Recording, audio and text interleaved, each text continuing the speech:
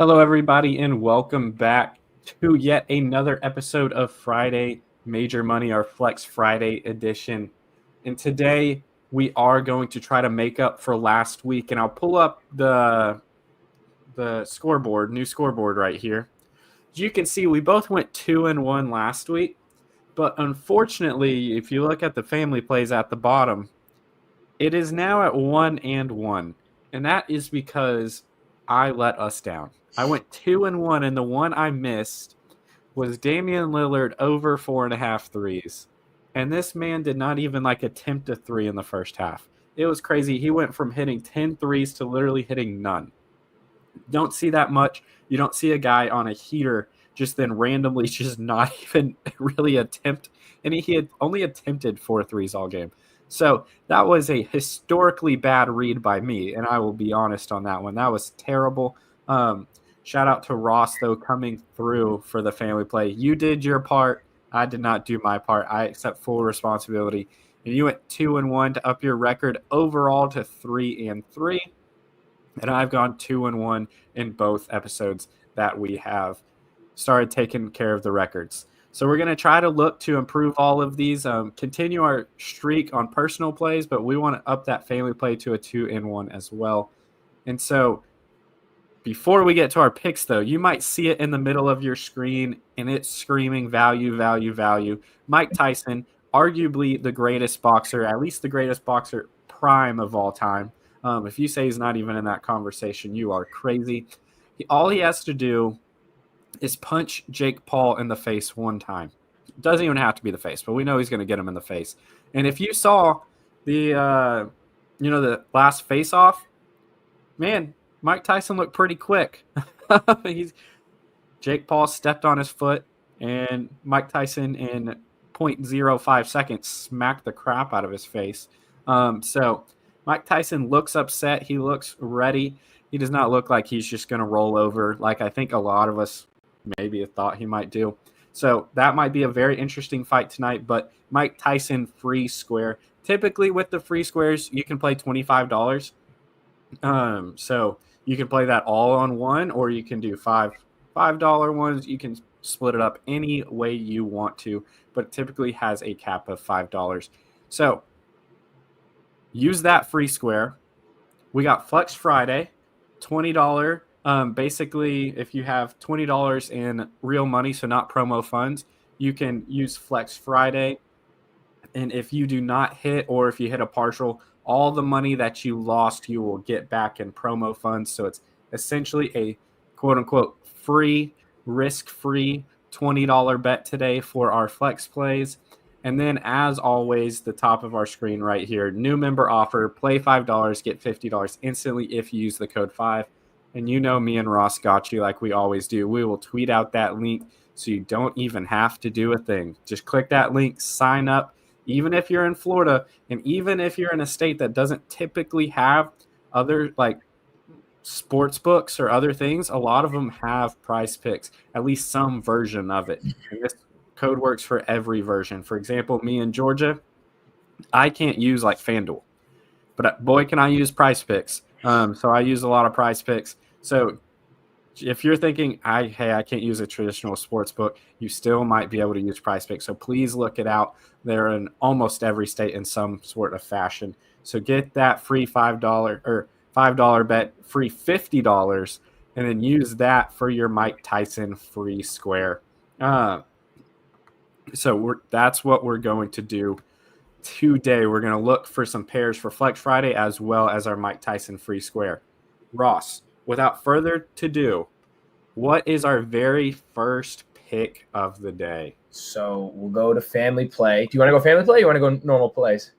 Let's go family play. Let's go family play. Let's go family play. So I'm going to go with a guy that if you look, when Major pulls it up, every single one of his individual rebounds, his individual assists, and the line that I'm taking, which is a combo of the two, his rebounds and assists, Cade Cunningham, every single one of those lines, the last 5 he's hit. He has been hot from every single one of those. His rebounds have gone over or pushed in his last, I think, 8 games. I know Major had him, I think, last week and maybe even the week before. Even his assists, the same thing. He's gone over. He's had a couple of triple doubles in the past couple of weeks. Obviously going over both of those lines. I love Cade Cunningham here. I mean, he's the guy in Detroit. He's the guy that's going to have the ball in his hand. So the assists will be there. I know there's a couple of guys injured.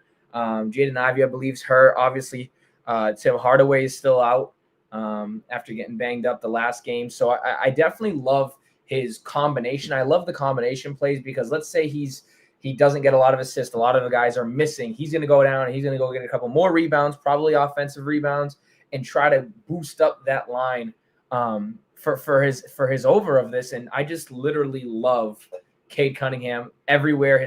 He's one of the more popular plays on rebounds alone. But like I said, I love the combination.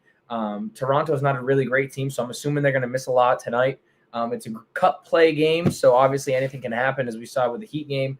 But I'm definitely going over Cade's combination here. I think this is a great line. And I was just scrolling through. I love just scrolling through and looking. If I see a lot of green, it shows me that there's money there and there's some value there. So I'm definitely taking the value over this line of 14.5 rebounds and assists. I feel like I've trained you well. Taking Cade Cunningham, man. I keep talking about him. This guy is on fire to start. And I actually was going to have a Cade play. And the only reason we talk about what we're picking before so we don't have the same exact lines. We just send them right before we start.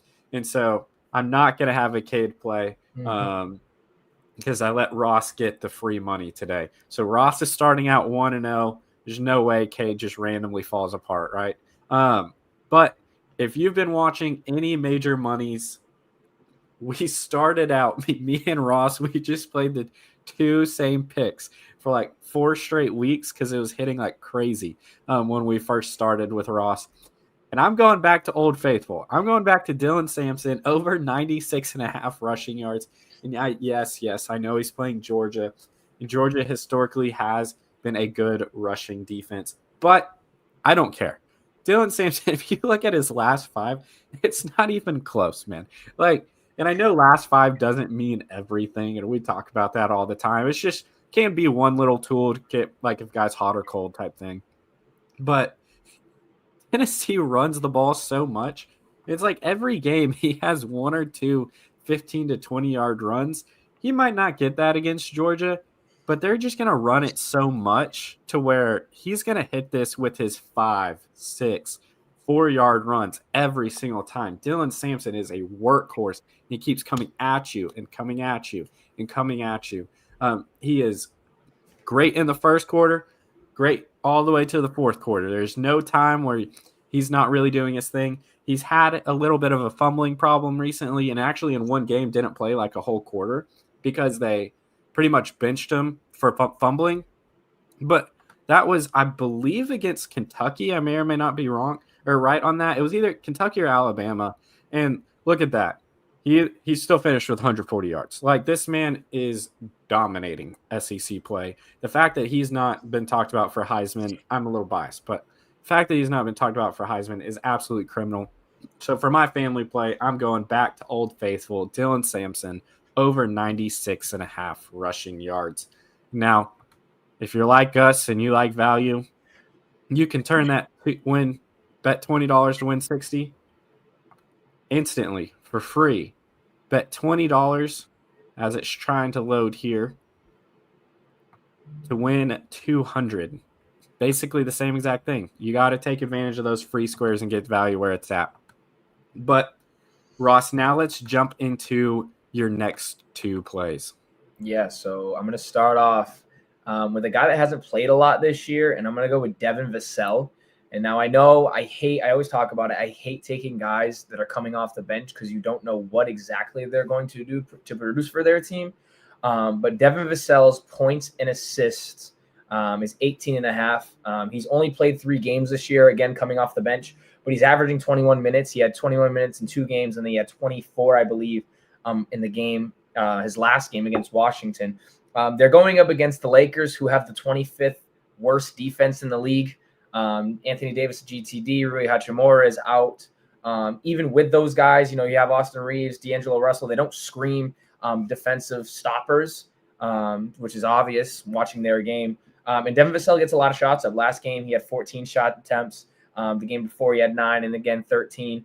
He has a couple of assists. He goes up from 3 to like 4 or 5. So, I mean, he's not passing the ball as effectively as he probably should, but he's getting up a bunch of shots. I think he's going to be able to hit this with his points. So if you want to look at his points, I looked at it. I kind of would just like to do those combos because, again, if he's missing a couple shots and he's able to find Wemby on a lob or he's able to find Wemby off that screen and roll, Jeremy Sohan, same thing. So I love the combo plays. 18.5 seems pretty easy for me to feel comfortable at. I mean, he's hit 23 and 20 in 2 games. In the 1 game he didn't, he had 16. So he's right around that number.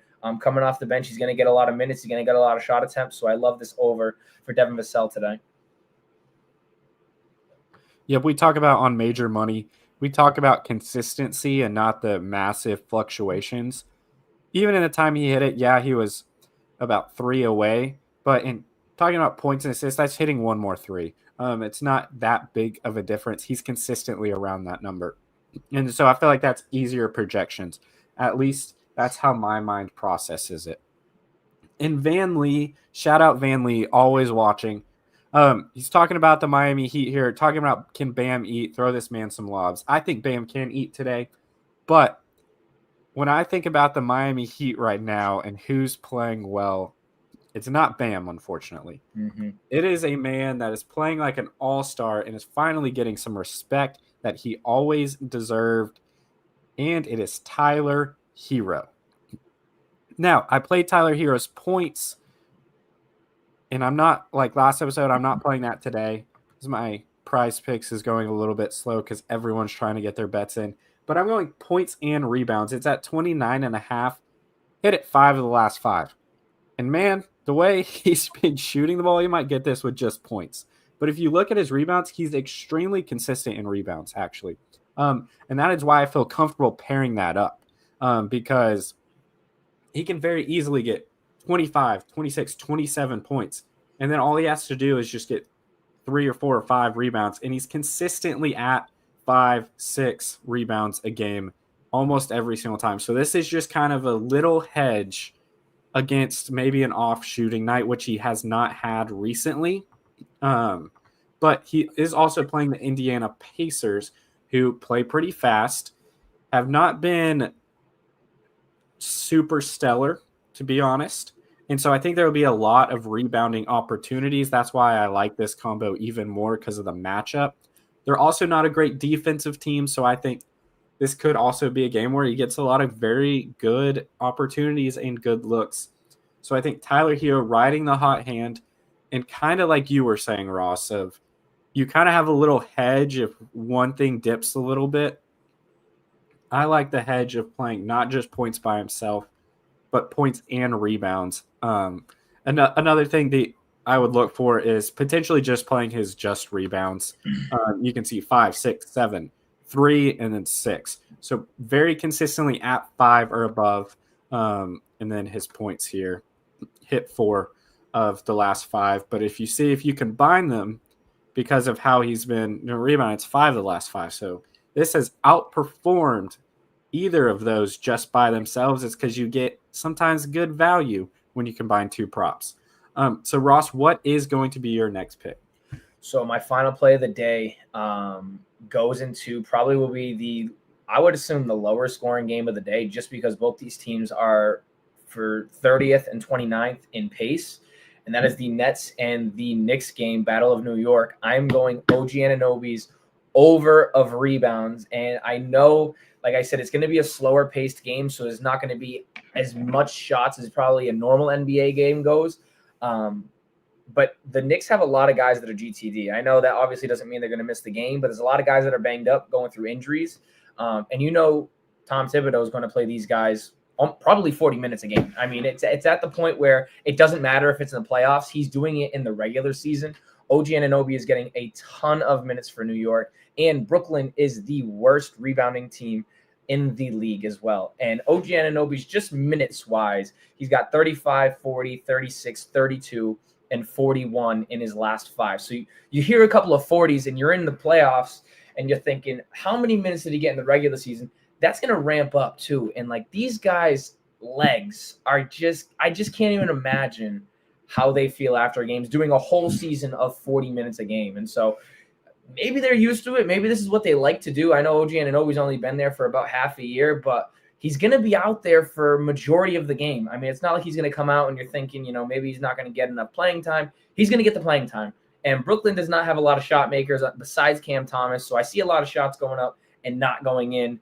The Knicks are like a 10.5-point favorite. So nobody's expecting Brooklyn to come and make this game close. But I love the over of this. He's hit this in 4 of the last 5. The only time he did not was against Indiana. He's getting in there, grabbing rebounds, and he's pushing the pace with all his insane amount of minutes. So I love OG Anunoby's over rebounds. And it's at that flat number, which we always talk about, where if he only gets 5, you don't lose. You're able to push and get your money back. So I love those flat, even numbers. So give me the over OG Anunoby on his rebounds.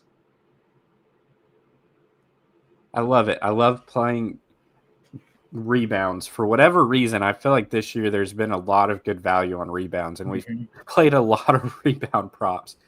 And that's going to come segue into my last one. Is actually a rebound prop as well.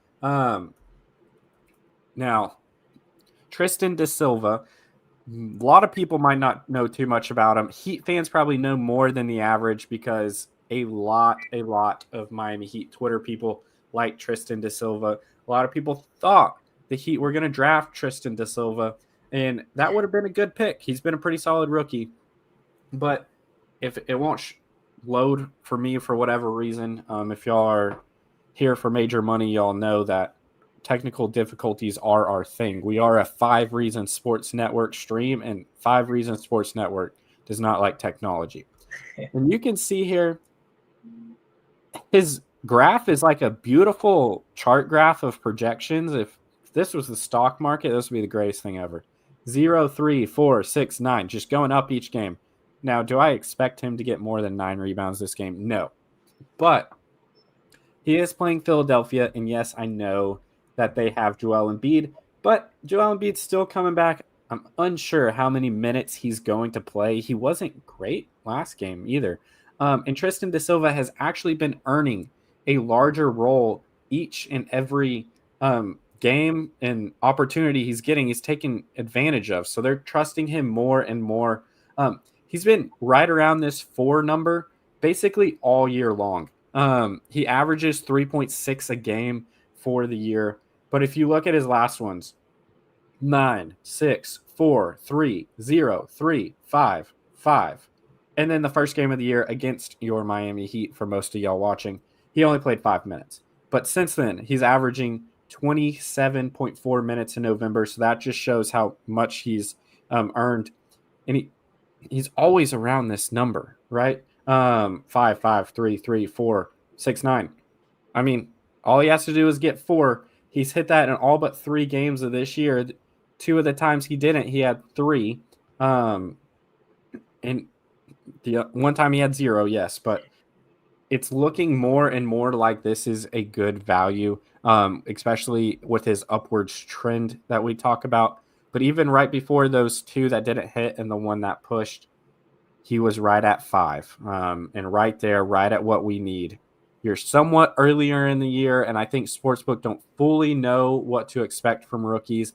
And if you keep up with rookies a little bit or the teams that they play on, you can find good value out there. I found some good value on Dalton Connect recently.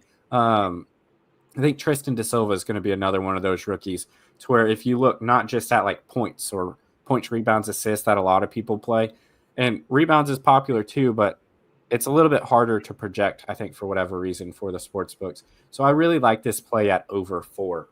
So with our individual picks today, Ross has Devin Vassell over 18.5 points and assists. I have Tyler Hero over 29.5 points and rebounds. Ross has OG Anunoby over 5 rebounds. And I have Tristan da Silva over 4 rebounds.